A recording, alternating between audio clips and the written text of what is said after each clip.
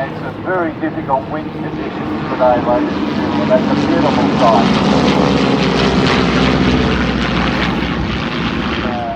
CT4 for the plastic parrot. The wind gills, followed by the Harvard.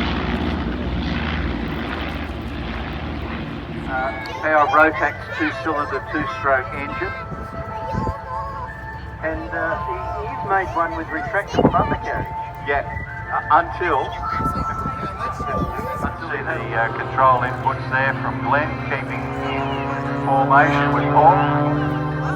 Paul is actually flying that formation. Glenn is merely keeping position. Flying object. Yeah, it looks like something out of Popular Mechanics in the 30s and 40s. And he said to me earlier on today he actually built it for less than $1,000. Now that is weird.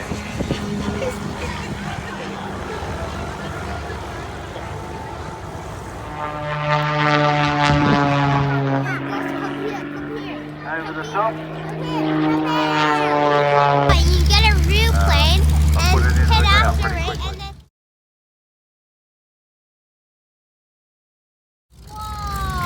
Luke catching fast in the BT. Get up into 400. Your little cross-country aeroplane will be able to do this. So.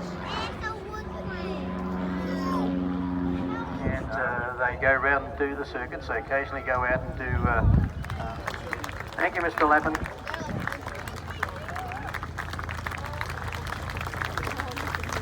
Management. You can do all these, and we've got Paul Bennett's yellow wolf fit. Not like the Voldy BT-13 that's stacking fast. These are the two ends. Now this aircraft is a two-seat basic trainer. The American. The second formation coming in for Ido Segu. Loves his aerobatics, loves everything aviation. Oh my God, what are you doing?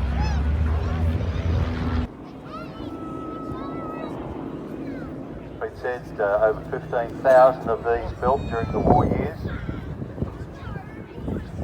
Used as a thing. From your right is the first formation, which is flying the missing man.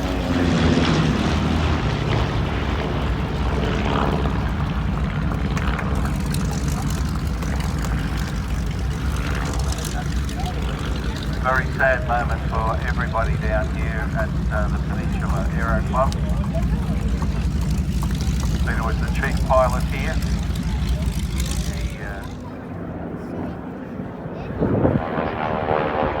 They form the backbone of training for warbird pilots here in Australia.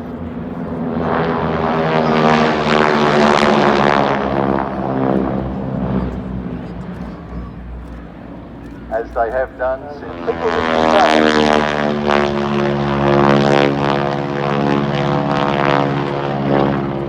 and the guys would then go on to more advanced training on the jets, flying Mirages and what have you.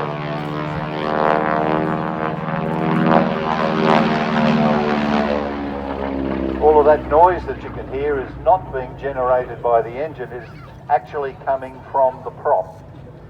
Particularly noticeable when the aircraft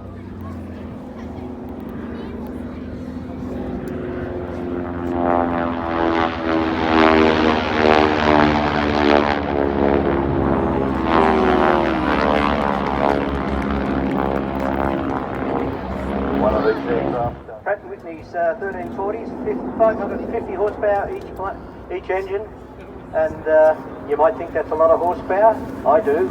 And but they're a heavy machine, so they've got to be flown right to the edge.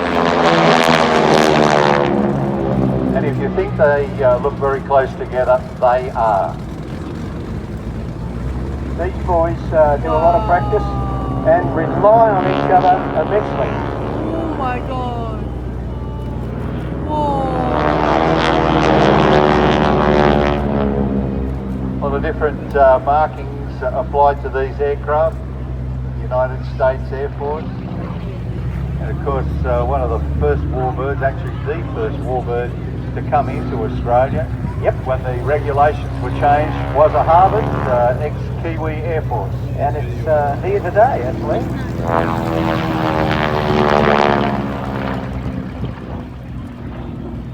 These guys have been flying together for many years and represent some of the most highly experienced pilots of warbird aircraft in Australia. And Steve Deeth. And Stevie Deeth.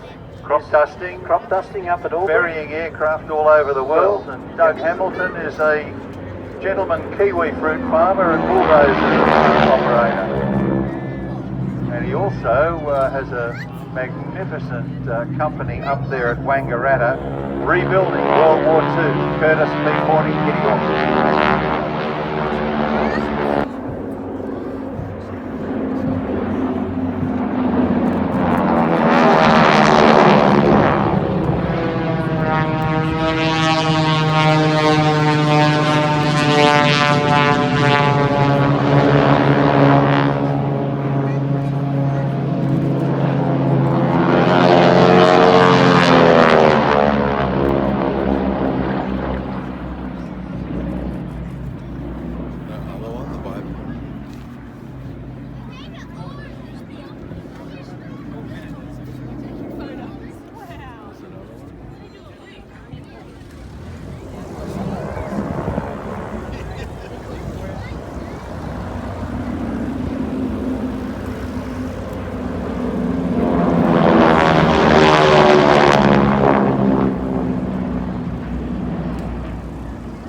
Well, thanks, matey. Careful of the carpet.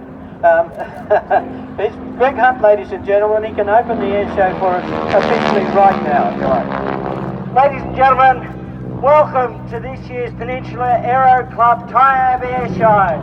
We've got our fantastic planes in the air, we've got Cerberus here, we have our roulettes today, and we're supporting an amazing cause, chasing change, helping in suicide, supporting mental health. The Aero Club, the community, the Navy, the Defence Force, all coming together to the Peninsula Aero Club. Thank you for everything you do, and I am delighted to officially declare... You would have really liked that. Careful of the carpet.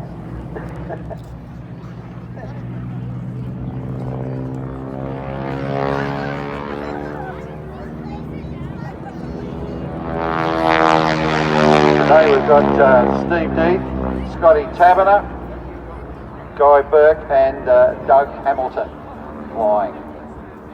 Before my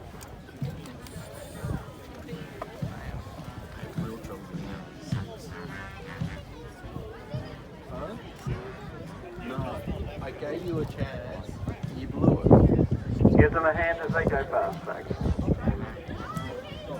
It should have been simple. But no, it wasn't.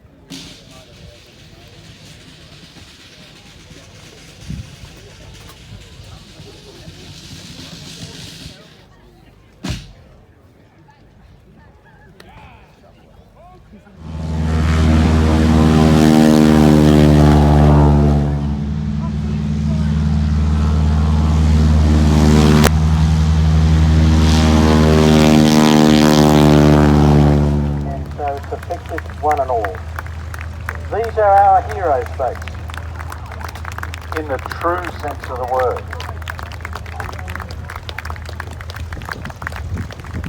Give them a big wave as they go past, ladies and gentlemen. These guys and gals have really sacrificed over many, many months for us. Not only here in Victoria, but across the border. We've had firefighting crews move backwards and forwards to... We've got Grace Karen, Chris Brown in the plane that everybody would want to have in their hangar. And get their rear end in and have a lovely flight. Very good. From the tomorrow.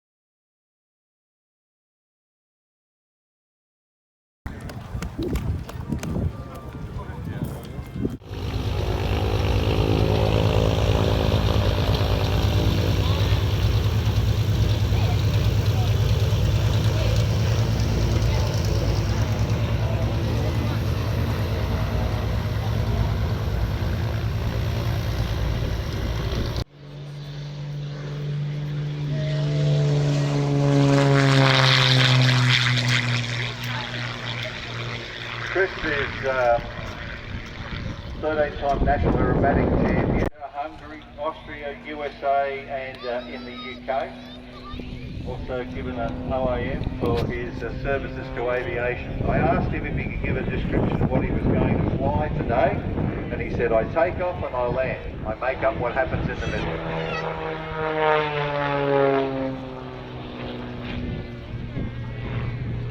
Very proudly supported by QBE.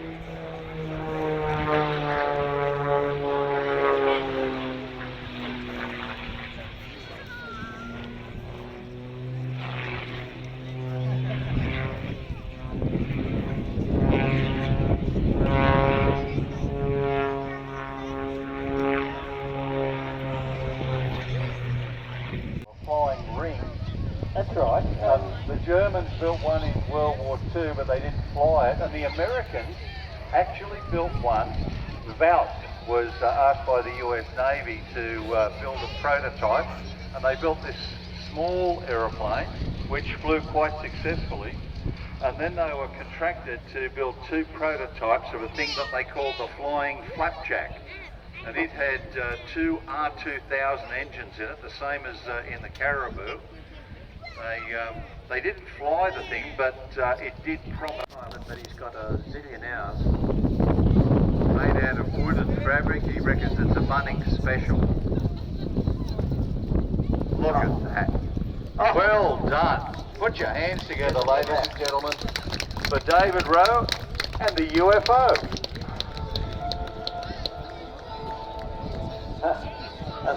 I love the music. Thanks, David.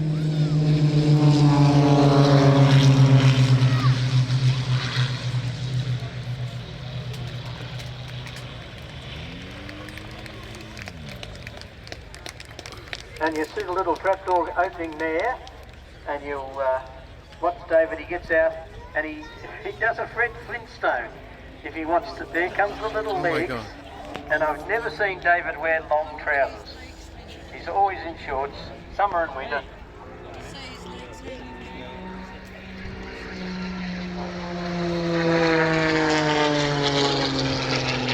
Now you've seen Paul flying earlier on, Paul Bennett, flying the Wolf Pitts Pro. There are only two of these built, 400 horsepower. This is number one off the production line. Other aircraft is a Rebel 300 flown by Glenn Graham. And this is their head-to-head.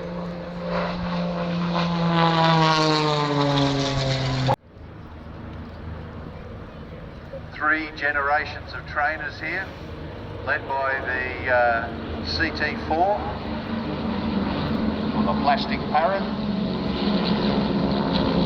The Windjills, followed by the Harvard.